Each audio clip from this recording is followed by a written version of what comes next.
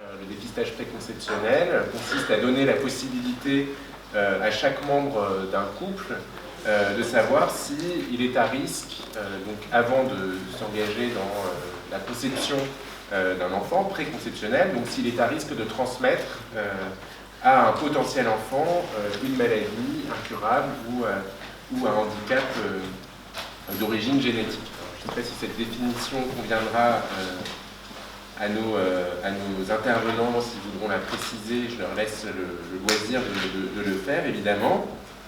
En France, ce n'est pas autorisé, sauf pour des maladies donc autosomiques récessives, mais la question est en débat et les choses pourraient changer. L'idée de cette table ronde, c'est de réfléchir sur la liberté de choix pour les usagers. Il y a, à notre sens, beaucoup de questions qui se posent sur la liberté de choix, l'autonomie, l'autodétermination des personnes. D'abord, sur la question de savoir s'il est possible, et ce que suppose le fait de délibérer sur quelque chose d'aussi incertain, d'aussi hypothétique que la naissance d'un potentiel enfant atteint de maladie ou de handicap. Comment fait-on pour délibérer sur ces questions-là? Que veut dire par conséquent informer une personne de ces risques? Comment ces risques peuvent-ils être perçus par les personnes qui en sont informées? Donc ça, à mon avis, c'est une question assez importante. Quelles sont les libertés pour une personne de refuser un dépistage dans la mesure où il est instauré, dans la mesure où, sans doute, cette instauration s'accompagne de pression sociale, de pression familiale, de pression culturelle? Et puis, il y a la question des effets de l'instauration d'un tel dépistage, des effets sur la vie sociale, sur la vie amoureuse aussi. Est-ce que cela pourrait affecter la façon dont nous choisissons nos conjointes ou nos conjoints, par exemple? Voilà. Et puis peut-être une dernière question plus générale, et puis ensuite je laisserai nos intervenants intervenir. Qu'est-ce que ce dépistage préconceptionnel dit de nos conceptions de la vie bonne et de nos perceptions du handicap, de la façon dont le handicap peut être perçu comme certains handicaps en tout cas, comme une altération de la vie, de la qualité de la vie. Voilà. Je ne parle pas plus longtemps. Nous avons trois intervenants, Caroline Deyé, Bernard Bertschy et Guillaume Cogan qui vont se succéder. Donc d'abord Caroline Deyé et généticienne au CHU de Montpellier. Donc je vous laisse la parole. Merci à vous de m'avoir invité dans le cadre de cette journée d'éthique. Moi, je suis ici aujourd'hui pour vous présenter une partie des résultats de mon travail de thèse qui a porté notamment sur les diagnostics préconceptionnels dans la population réunionnaise, parce que j'ai fait mon internat à Paris. Donc, comme on vous l'a dit en introduction, le diagnostic préconceptionnel, c'est une analyse génétique qui passe par une prise de sang chez les membres d'un couple qui a un projet parental. Que cette analyse, elle va être ciblée sur des mutations récurrentes dans des maladies génétiques fréquentes, graves, avec une survenue de la maladie chez l'enfant. Pourquoi ce dépistage préconceptionnel? Eh bien, c'est dans l'optique d'aider les couples à organiser leur projet parental, soit en passant par un diagnostic prénatal, soit par un diagnostic préimplantatoire. Le diagnostic prénatal, c'est la notion d'un prélèvement invasif au moment de la grossesse, une amniosynthèse ou un prélèvement de placenta, pour vérifier le statut du bébé vis-à-vis de la maladie qu'on a recherchée et qui est potentiellement transmissible par ses parents. Si le bébé est atteint,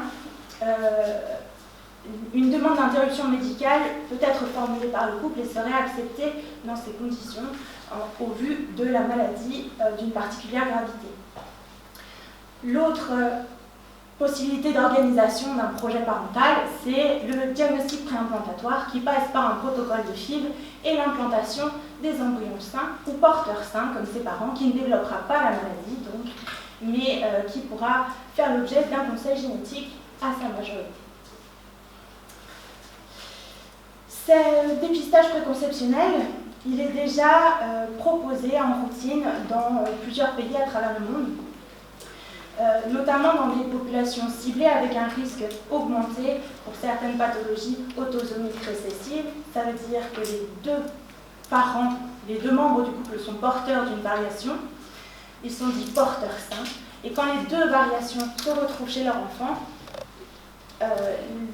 l'enfant développera la maladie. C'est ce qu'on appelle une maladie autosomique récessive. Dans le cadre de l'avis du Comité national d'éthique en 2018, qui a réfléchi sur le dépistage préconceptionnel en France, il y a eu un avis favorable en faveur de ce déploiement de ce dépistage après la réalisation d'études pilotes dans des régions françaises pour estimer la faisabilité et l'acceptabilité de ce test. Donc, une partie de mon projet de thèse était donc de réaliser une étude d'opinion dans la population réunionnaise pour essayer de déterminer l'acceptabilité du test par les personnes qui ne connaissent pas la génétique et leur intérêt personnel vis-à-vis de ce dépistage s'il devenait disponible. Donc c'était un questionnaire en ligne qui s'articulait en plusieurs parties, avec une première partie qui reprenait l'ensemble des informations sur le diagnostic préconceptionnel, les maladies autosomiques récessives et la finalité du dépistage préconceptionnel. Une deuxième partie qui reprenait les éléments du profil des répondants. Une troisième partie qui les questionnait sur les caractéristiques générales du dépistage préconceptionnel, et la dernière partie qui les interrogeait sur si eux-mêmes étaient intéressés d'avoir accès à ce test s'il devenait disponible en France. Donc en termes de résultats, nous avons eu 137 individus qui ont répondu à notre questionnaire. Et la franche majorité, à 94%, les répondants sont en faveur de la réalisation d'un dépistage préconceptionnel chez les membres d'un couple s'ils en font la demande. Sur cette même population, il y a 50% de l'ensemble des répondants qui vont plus loin et qui disent que tous les couples qui ont un projet de grossesse doivent réaliser un diagnostic préconceptionnel. Et dans une moindre mesure, d'autres participants rajoutent également à ces allocutions qu'il est irresponsable pour de futurs parents de ne pas réaliser de dépistage préconceptionnel.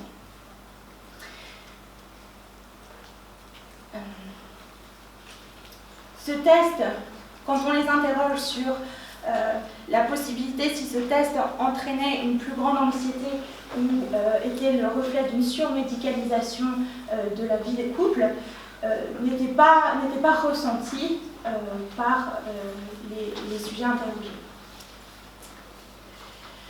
Quand on pose la question des grands groupes de pathologies qui devraient être dépistés par ce test, à savoir, ça peut être des pathologies associées à une déficience intellectuelle, à une cécité, une surdité, une maladie osseuse constitutionnelle, une obésité génétique pour des prédispositions génétiques au cancer, ils sont tous dans la majorité favorable au dépistage de l'ensemble des pathologies. Et ceci va à l'encontre de ce qui est préconisé par les sociétés savantes qui, elles, préconisent un dépistage préconceptionnel uniquement pour les pathologies graves, fréquentes pour les maladies rares et de survenue pédiatrique. Si on s'intéresse maintenant à leur intérêt personnel dans le dépistage préconceptionnel, on a 60% de ces 137 personnes qui se disent intéressées de pouvoir avoir un dépistage à leur usage personnel. Et sur ces 82 participants, il y a environ 2/3 d'entre eux pour lesquels le dépistage préconceptionnel les aiderait dans leur projet parental. À savoir, pour 4 d'entre eux, ils renonceraient purement et simplement à avoir des enfants si les 2 membres du couple sont porteurs. Et pour le reste de ce 2/3, les personnes souhaiteraient avoir recours soit à un parcours organisé pour une prochaine grossesse, un diagnostic préimplantatoire ou un diagnostic prénatal. Le dernier tiers des répondants qui sont en faveur de la réalisation d'un dépistage préconceptionnel à leur usage personnel, ils disent qu'ils veulent le faire parce qu'ils sont curieux de connaître leur statut vis-à-vis de ces variations. Si maintenant on regarde les individus qui sont en défaveur de réaliser un dépistage préconceptionnel à leur usage personnel, on en a donc 40% de l'ensemble de nos répondants. Et sur ces 55 individus, il y en a 10% qui disent qu'ils ne sont pas intéressés par le dépistage parce que cela ne change pas leur projet de future grossesse. Et qu'ils ne sont pas intéressés par l'organisation d'un DPN, d'un DPI. Environ 1/3 des personnes qui ne sont pas favorables à réaliser le dépistage pour eux-mêmes ne se prononcent pas sur les raisons de leur refus. Et enfin, on a 5 individus sur les 55 qui estiment que ce test est inapproprié. Si on regarde le profil de ces 5 individus, 4 sur 5 ont plus de 55 ans. Donc on peut se dire que le test leur semble inapproprié dans leur situation personnelle, au vu de leur âge et des réponses antérieures qu'ils ont données au questionnaire, où ils étaient plutôt favorables au concept du dépistage préconceptionnel. Notre étude a juste mis en évidence un seul individu qui est complètement opposé au concept de dépistage préconceptionnel et qui ne voudrait pas y avoir recours également personnellement. Donc, si je devais un petit peu résumer l'ensemble de ce travail et de ces éléments, après une information rapide de la population que l'on cible, le dépistage préconceptionnel, il a un avis globalement favorable à, je vous rappelle, plus de 94% de personnes qui seraient d'accord à ce que le dépistage préconceptionnel soit instauré et proposé aux couples s'ils en font la demande. Que par ce questionnaire, on soulève également quelque chose qui relève d'une obligation qui est ressentie par les répondants, chez ceux qui répondent que tous les couples doivent avoir recours à un dépistage préconceptionnel quand on a un projet de grossesse, ou qu'il est irresponsable de ne pas y avoir recours pour les futurs parents. Nos données ont également mis en évidence qu'il y avait une mauvaise compréhension et une mauvaise appréhension des finalités du test, parce que il y a 4 personnes qui souhaiteraient faire un dépistage préconceptionnel qui renonceraient à avoir des enfants s'ils étaient porteurs, alors qu'il y a des solutions que l'on peut leur apporter. Ceux qui se disent simplement curieux de connaître leur statut génétique, en France actuellement, on ne peut pas faire d'analyse génétique simplement à des fins récréatives. Et que, en fait, l'ensemble, une grande majorité des participants souhaiteraient tester l'ensemble des maladies génétiques qui sont connues. Et là encore, le dépistage préconceptionnel n'est pas accessible à ce genre d'analyse parce que l'ensemble des pathologies génétiques connues dans un premier temps, toute pathologie génétique n'est pas forcément grave ni inaccessible à un traitement. Et que avec les techniques que nous avons actuellement, les techniques de séquençage ne nous permettent pas de manière systématique et certaine pour certaines variations de trancher vis-à-vis de leur pathologie et de leur implication dans la maladie génétique. Donc,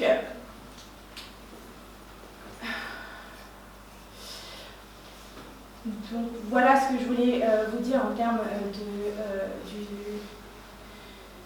de la perception du dépistage préconceptionnel en termes généraux. Et quand on regarde au niveau personnel, on voit que même après une information relativement succincte, il y a quand même une bonne partie des individus qui ont été interrogés qui ont compris la finalité du test, avec 2 tiers des participants qui organiseraient leur grossesse de manière un peu plus systématique.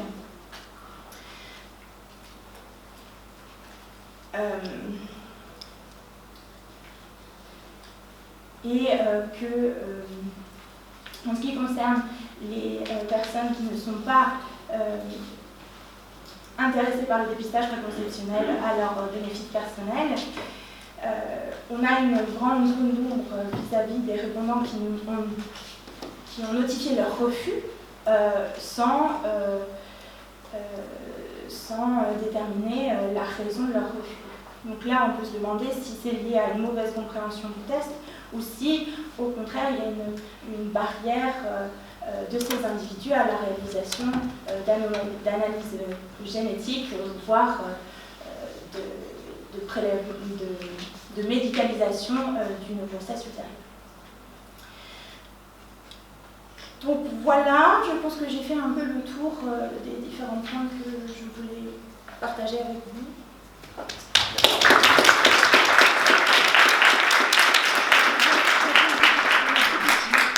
Merci beaucoup. Alors on a plein de données très intéressantes sur lesquelles on va pouvoir réfléchir. Je ne sais pas si vous avez des questions tout de suite. J'en aurais une. Oui. Bonjour. Merci beaucoup pour votre présentation. Je voulais savoir quand même quelle était la représentativité des réponses que vous nous avez présentées. Est-ce que c'était une enquête par quota? Est-ce que c'était une enquête par Internet avec quel taux de réponse? Est-ce que vous avez pu remarquer que des gens, parce qu'ils avaient déjà eu des enfants ou ils étaient en période d'en avoir, répondaient différemment de ceux, comme vous avez dit, qui étaient plus âgés, pour qui c'était une question un peu gratuite? Enfin voilà. Et bien sur le profil des répondants, sur la question du questionnaire, c'était un questionnaire en ligne, qui a été distribué en ligne et qui est passé par mon réseau personnel de la Réunion. Dans ces répondants, ce qu'on a vu, c'est que ce qui les différenciait, c'était leur âge, où on avait en fait une une bonne division en deux groupes relativement bien comparables de personnes qui ont 40 ans ou moins de 40 ans et de personnes qui ont 41 ans ou plus. Ce qu'on a remarqué dans notre étude, c'est que la majorité des personnes qui sont en faveur de réaliser un dépistage préconceptionnel chez eux, c'est les personnes de la population que l'on cible pour ce dépistage, c'est-à-dire les personnes d'environ 30 ans, avec un âge médian de 30 ans, qui sont en couple et qui généralement n'ont pas d'enfants. Alors que dans le groupe plutôt en défaveur du dépistage préconceptionnel à leur usage personnel, et bien là on était plus dans un groupe âgé de plus de 40 ans, voire de 40 ans, ayant déjà des enfants. Voilà. Oui, ça rapprochait la question aussi sur la nature de la cohorte, mais surtout sur votre échantillon, l'ensemble de vos deux cohortes, en fait, en âge de procréer ou l'autre qui n'a plus l'âge de procréer. Est-ce que vous aviez des personnes en situation de handicap ou des phénotypes marqués? Alors, on n'a pas questionné les répondants sur leur situation de handicap, mais on les a questionnés sur le fait de savoir s'ils avaient des antécédents familiaux de maladies génétiques. On a en effet un échantillon qui est extrêmement réduit de personnes qui avaient des antécédents familiaux de maladies génétiques autosomiques récessives dont on parlait dans notre étude. Et ce qu'on a pu dégager comme tendance dans leurs réponses, c'est qu'il n'y avait pas de franche dissociation entre leur positionnement vis-à-vis du dépistage préconceptionnel et ceux qui n'avaient pas d'antécédents de maladies génétiques dans la famille. En tout cas, personnellement, sur le statut des individus en eux-mêmes, on n'a pas posé la question. Parce que l'impression n'est pas la même. Merci beaucoup. Dernière question. Oui. J'avais envie de réagir sur le mot de curieux. En fait, ça me travaille un peu, des parents curieux. Est-ce que c'est un mot que vous leur avez proposé, ils avaient juste à cocher, ou c'est un mot que eux ont trouvé? En fait, ça vient d'eux ou ça vient de vous? Non, ça vient de nous, le curieux. Ça vient de nous. En fait, le questionnaire, il était sous forme de QCM, avec, pour cette question-là, des choix multiples, qui reprenaient je suis curieux de connaître mon statut, je souhaiterais entrer dans une procédure de DPN-DPI, je renoncerai à avoir des enfants ou autre. Parce que vous l'avez associé à récréatif, et je trouve que c'est presque un peu sévère, il me semble, parce que probablement tes parents ne se rendent pas bien compte bien sûr. De ce que ça implique. Ils ont un coach curieux, mais ils sont peut-être plus que curieux en fait. Bien sûr. Enfin, je mettrai un peu là-dessus. Bien sûr, c'est vrai que c'est la formulation qu'on a donnée, mais après on s'était dit au moment de la formulation du questionnaire justement que c'était peut-être ça qui aiderait justement à différencier ceux qui ont un projet immédiat et ceux qui sont curieux mais peut-être pour plus tard ou curieux simplement parce qu'ils veulent savoir. Alors, merci beaucoup. Moi, ce que je trouve aussi important de garder en tête, c'est que ce sont des déclarations d'intention et qu'entre la déclaration d'intention et la réalisation effective, il y a toujours une différence. Et il y a sans doute... les chiffres seraient certainement nettement plus bas. Enfin, bon, c'est une hypothèse qu'on peut faire si cette possibilité était réelle et si on mesurait les réalisations effectives de ces dépistages.